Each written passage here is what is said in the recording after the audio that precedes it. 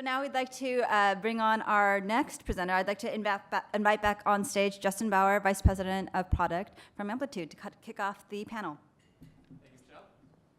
And I'd like to invite the panelists on stage. So if David Reyneke and Jeremy Pippen come on stage. David is the Senior Product and Growth Strategist at Prolific Interactive, right here. And then Jeremy is Senior Director of Mobile Product and Emerging Platforms at FanDuel. So excited to have them here on the panel, and excited to end off the event. So to start, would love to maybe just get a quick kind of synopsis of what experiences have led you to basically your job today, and then what excites you the most about your current role. Maybe we can start with you, David. Cool. I'm David Reyneke. I've been working at Prolific about 3 years now. I guess my journey down tech and product started in college. I started a music website, and I thought I had a love for the music industry, so I kind of went down that path and realized very quickly that was not my destiny. It was product and tech and running a website, and eventually evolved into mobile. So I started getting a job in analytics and started there working for a big telecom company, got exposure to Adobe and a few other legacy kind of enterprise tools, but developed sort of a passion for analytics and data. And from there, joined Prolific, and from there, I've really just got exposure to a lot of great brands and working a lot with more mobile-first tools or tools that are more best-in-class, and kind of experimenting there and evolving my passion for data. Yeah, so I've been with FanDuel for about 3 years. If you don't know what FanDuel is, come find me after you managed to miss our ads, and I want to know how you did that. I guess my career has been in emerging platforms. I started out in virtual worlds, which was weird.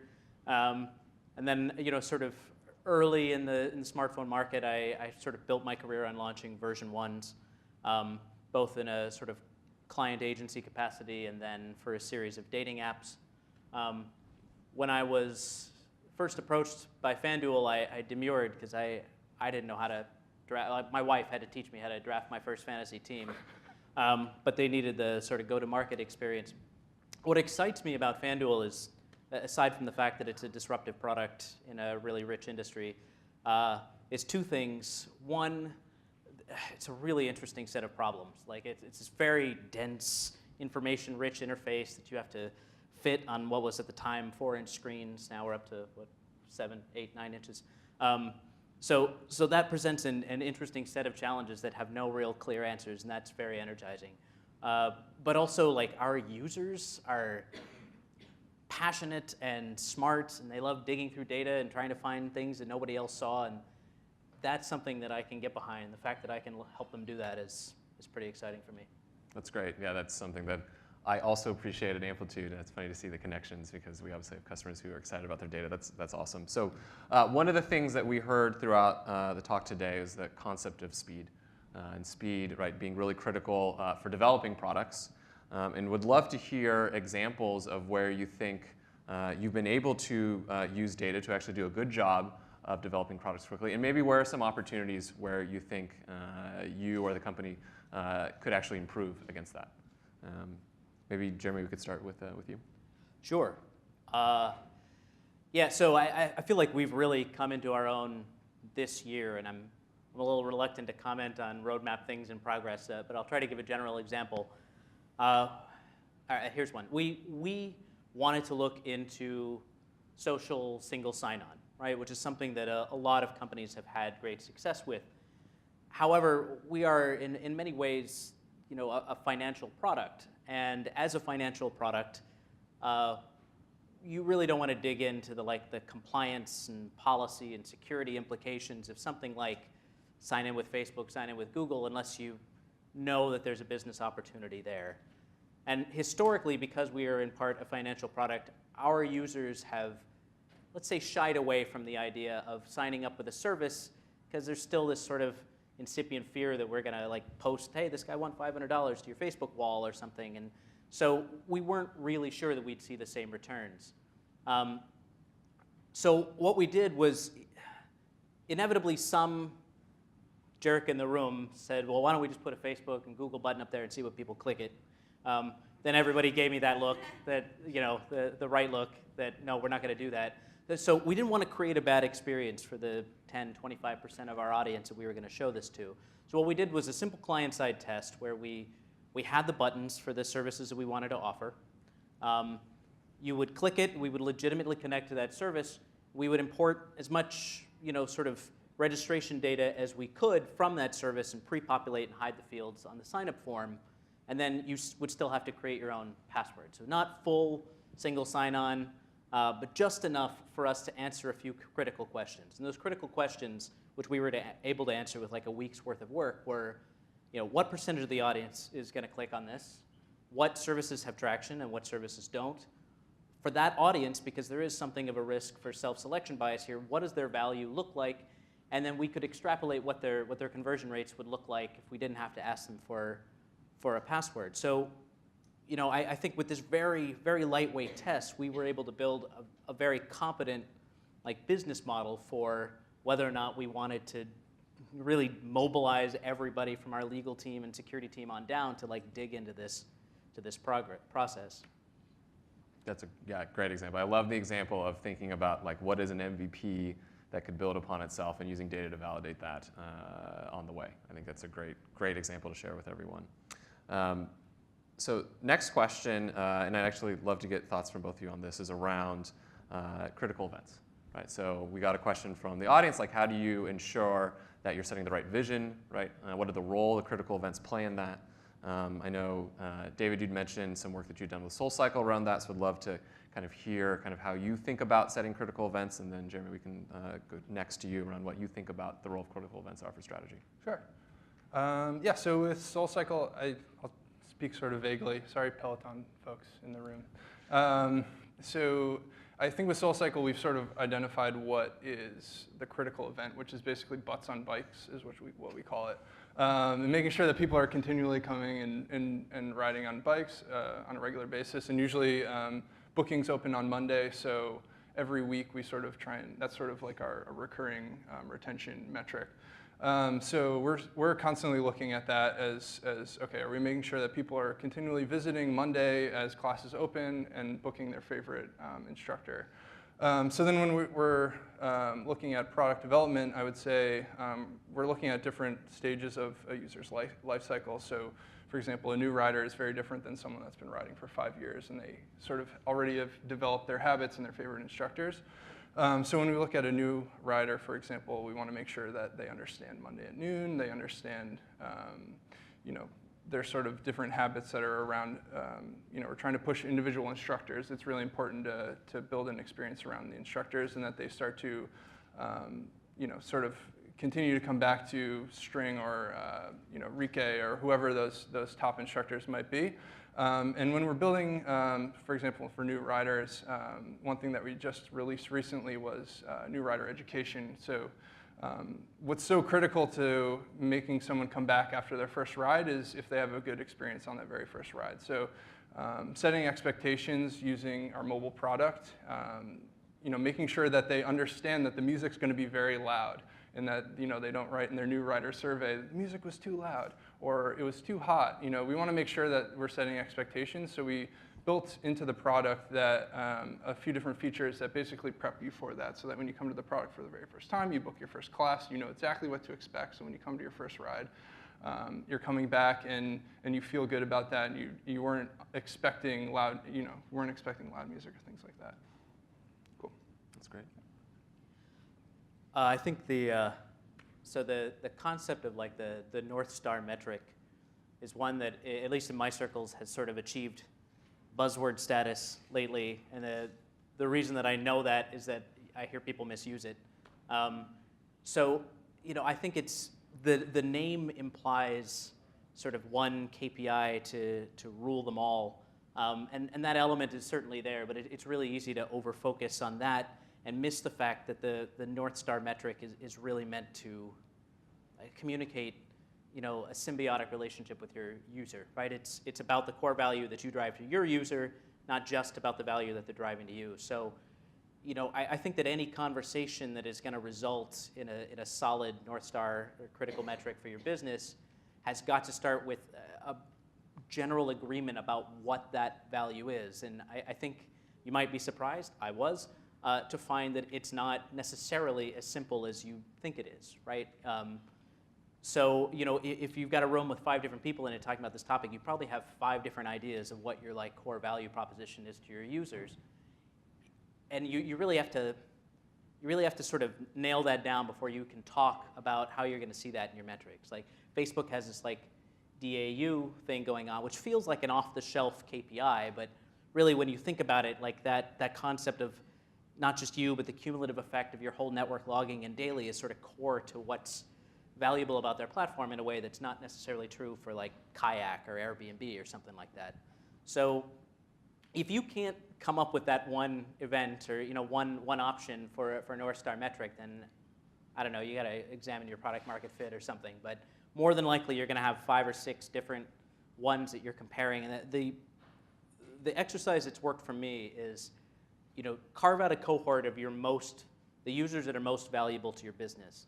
Not your whales, because they're interesting and important, but there's all kinds of weird use cases going on with whales, and they're gonna play Mary Hob with your analysis. So you really just want an upper quartile, healthy group of users that sort of exemplify your most valuable users, and then create an exclusionary cohort of everybody below that line, and look at your candidate metrics across those 2 cohorts, and wherever your biggest deltas are, probably your North Star metric is somewhere in that neighborhood.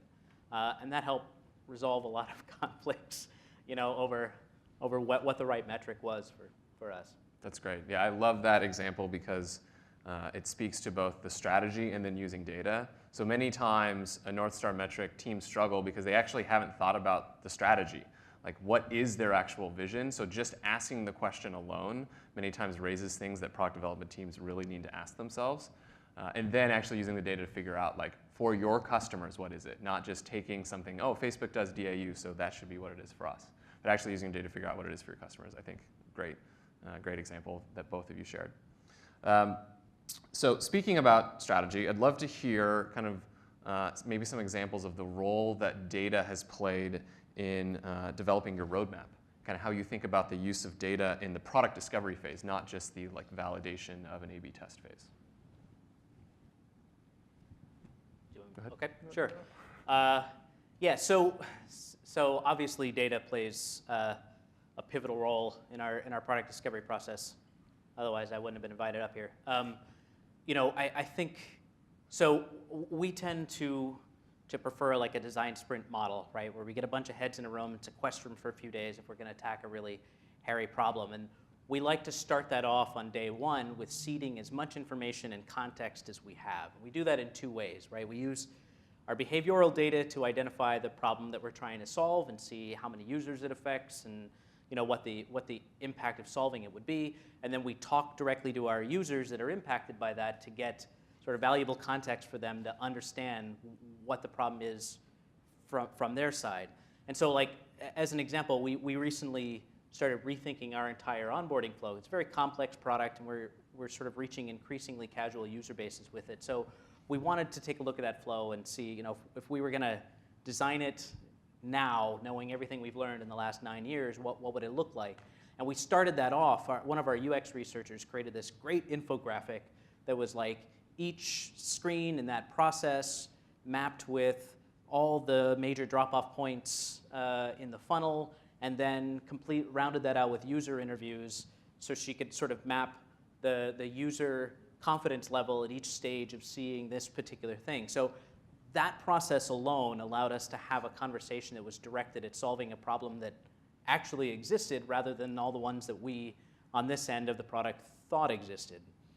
So that part is important, but then it doesn't really stop there, because then if you're going to build something big and hairy and you're going to spend months of engineering time on it, you want to make sure you're headed in the right direction. So we try to identify the couple of pivotal hypotheses that are going to determine the direction of this. And are users really going to do this? Is this really a key problem for some users? Is this going to move the needle in the right direction?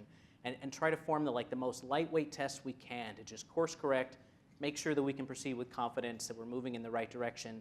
And we use the feedback of those sort of small tests over a few-week period to come back, bring that group back into the room and say, okay, this is what we've learned. Are we still on the right track? or do we need to adjust our approach a little bit? So it's really sort of at every point in the process, and then retrospectively once we've launched something. Yeah, I mean, I guess to bring up that SoulCycle example again, I think that is probably the most relevant thing right now, and reflective the most of the actual stuff that we're building and the features that we're introducing to the app right now. I'm sure everyone in this room, being in New York City, probably has someone or even themselves is very bought into SoulCycle. They're, the fans of SoulCycle it's an incredible cult following. I think, people, we were kind of evaluating, where to take the product next. It's an amazing utility for booking your bikes, but as far as serving the individual user needs, we were sort of evaluating at a high level, without getting too into it, where we should be focusing our product development next. Is it on the folks that have built the brand? Are they people that are riding 3, 4, 5 times a week? Is it people that are just getting into the product, maybe a year or two using SoulCycle? Or is the biggest opportunity rather people that are brand new, just getting introduced to SoulCycle from someone that might have already been using SoulCycle for several years? And we sort of honed in on that brand new user cohort, and we started to build the mobile application and as well as the website and any other user touch points sort of around that new user experience. So building that really focused on sort of identifying that as the cohort that we want to focus in on when it comes to product development. So building user education and setting expectations so that when you're coming to your first class, you feel really good about that. And also setting up all the communications. So every push notification or email that we send out, it's personalized, and that first, and building it even around the instructor. So when you take your first ride with instructor X, all the communications should be revolving around instructor X, because that's your anchor with SoulCycle. That's sort of how your evolution through SoulCycle is through that instructor. That's who your spirit, instructor, whatever you want to call them. That's really what SoulCycle likes to build their entire experience around.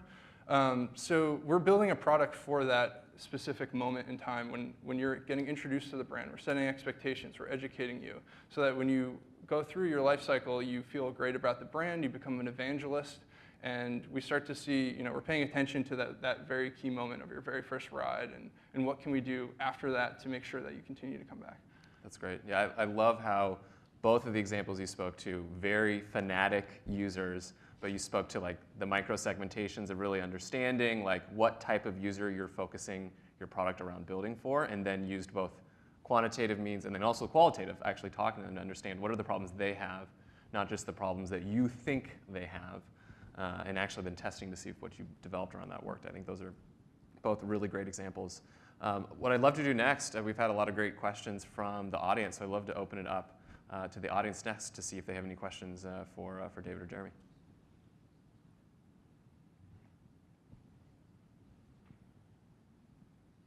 So there's been a lot of talk about critical events, but what if your organization's critical event isn't necessarily tied to the specific product that you're working on right then? Like I work we have a collective of 1,600, call them semi-pro and amateur bloggers, right? So our critical event is them getting installed on our system. But right now I'm working on a publisher dashboard where they can view earnings and traffic, so all the stuff that happens after that critical event. Now, down the road, when I'm working on our new onboarding process, I totally see the relationship. But what do you do when that relationship isn't really there? Or even if we extended it to say another critical event would be retention if people left us for a competitor, there are so many things beyond, say, the publisher dashboard that are going to influence that, namely whether or not they think they can make more money with our competitors. So how do you kind of work that in there? I am not sure how to answer that question. I've been heads down on sort of direct-facing consumer apps for a while that have a singular purpose. I would challenge, and sorry to challenge, but I would challenge that if your critical event is not, I'm not actually sure how to answer that. I actually think where you're going makes sense, which is I would actually challenge you if installing actually is your critical event. Yeah. because you should actually think about, why are you building a dashboard then? I think your critical event in your head actually is something different. That's motivated the reason why you're actually leading with that solution. And that's kind of the point of and the purpose of building a critical event, is you can actually then look at all the things that you've developed and think to yourself, well, actually, it's about the engagement after the install that matters, because that's what ultimately drives retention for us. Now, that doesn't mean that you wouldn't focus on acquisition. You can still focus on acquisition because it plays a role in someone becoming an engaged user, because if you can't acquire them, they aren't going to become engaged. But I think long term, I actually might guess that your critical event looks more like engagement, and that's why you're focusing on a dashboard. Yeah, I mean, I think, like, again, I don't want to keep bringing up SoulCycle. We work with a lot of brands, but SoulCycle has no acquisition problem at all. They're not focused on that. It's from getting you on your first bike. How are we communicating it with you after that? And I think that's what we're focused on. It's retention, it's frequency. Those are the things that we're focused on mostly. And I think, again, I would stress that, like, for me, or to my understanding, your critical event should be about the business, yes, but the user first. So, like, a critical event may be retention, but that's not necessarily the event that shows the most health of your ecosystem or the most health of your user engagement necessarily. It might be, I don't really know much about your product, so if you want to talk about it after and we can work through this together, I'd be happy to do that. But yeah, I would say that if you have a hard time nailing down a critical event that expresses the value to your user and, like, the health of the user experience, then maybe you need to have a few more conversations and a bit of a crowbar separation between the idea of your critical metric and other important KPIs that may feel like critical metrics but aren't quite that North Star. Sorry, I don't know how helpful that was.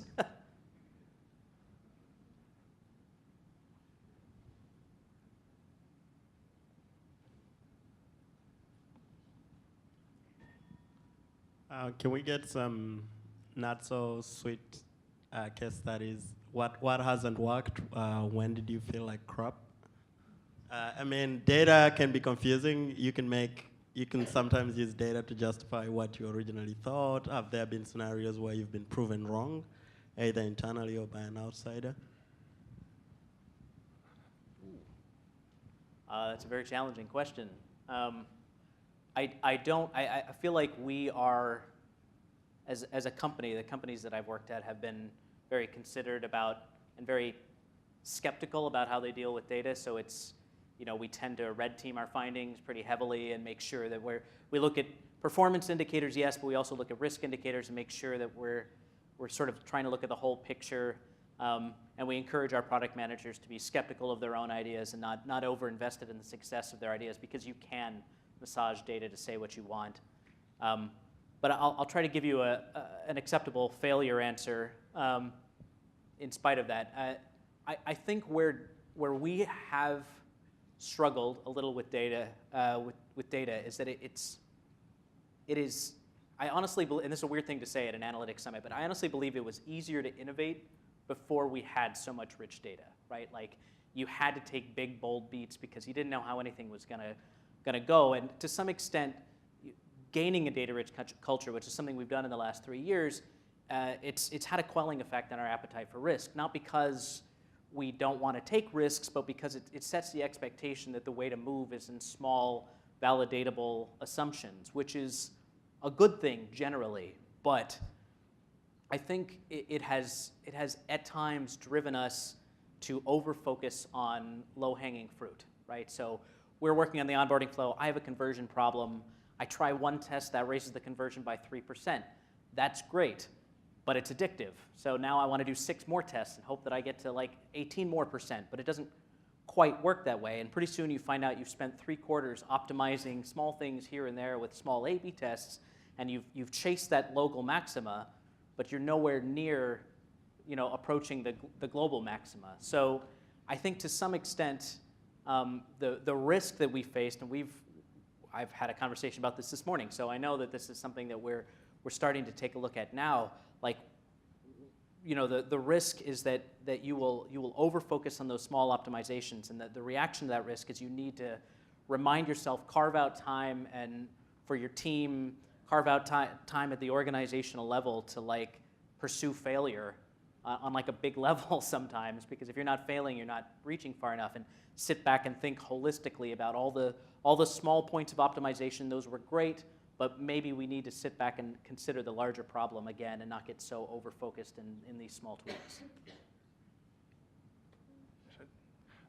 Yeah, and then I guess just from my perspective, I think that's interesting because I think we at Prolific deal with kind of the other side of that. And we work with a lot of companies that are incredibly established. They have a lot of enterprise sort of legacy solutions, and they sort of a lot of marketing and product, and I think a lot of the things that you were touching on earlier. They're very siloed and sort of working different autonomously. Of marketing is focused on acquisition. We have product that's focused on retention and things like that. But there's no cross communication, and we see that a lot when we initially start working with folks. And I think what we specialize in is sort of bridging that gap between those two different organizations. And I see that as a major failure a lot of times when we start working with folks. But there's a lot of upside, and once you start to use a tool like Amplitude, that serves as a tool that can kind of bridge that gap. And it's not only something that helps you understand your performance, but you can also take action on it. You can understand, your product team understands here's the group of people that we're not retaining, and you can shoot that over to something like Appboy or Kahuna or whatever, and then you can actually take action on that under the marketing organization. You start to see sort of those failures start to turn into successes. Yeah. I think there have been times when, it's really, you're right, it's really easy to sort of make data say what you want if you're not careful about it.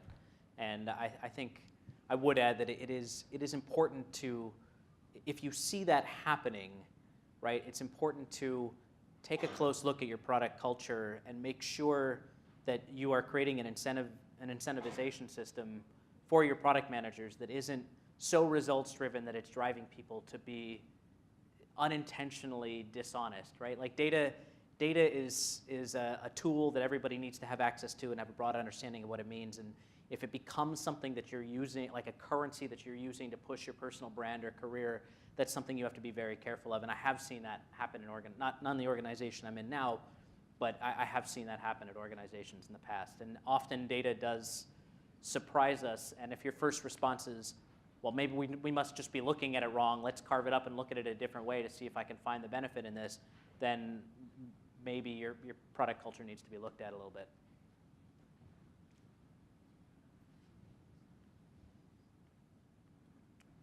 Excellent. Well, once again, we got one more question. One last question. You just scream it out. Yeah, one question I had was, you guys talk a lot about retention in your product, and how do you distinguish between short-term and long-term retention? Like the goal is to keep people engaged and have the longest lifetime value for the customer. You run certain tests, you release certain features, you tweak certain things. You might see some short-term improvement. How do you understand whether that's something that's going to benefit you long-term? How do you decrease those cycles that we've been talking about in the sense of seeing the improvement right away versus seeing it in a week? Yeah. So that's a great question. So I think so we work with a social app right now that's like video, live video sharing. You have conversations sort of like FaceTime, but with a larger group.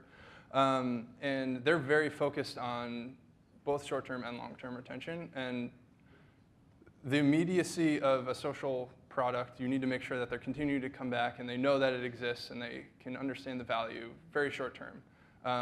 But obviously the long-term health of the product is table stakes for a product like that. So we're looking at both of those things, and we're building strategies to combat both of those drop-offs. I would say short-term engagement, we're really focused on making sure that you experience all of the key moments in that app very quickly, whether that be through something as simple as like a push notification the first time you drop out of the app. We want to make sure that we bring you right back in immediately.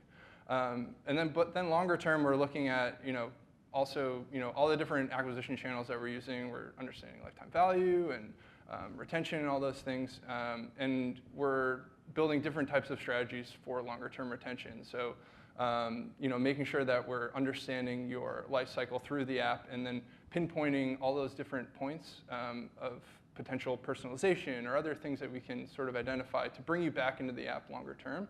So we can identify, you like this type of music, or you like this type of interest group, and then sort of use that as context to continue to re-engage you and make the product interesting as we're evolving the product over time. That answers your question. That's great. Excellent. Well, I think we're at time, so I'd love if everyone could thank Jeremy and David for participating on the panel, and then ask Michelle to come up to finish off the event.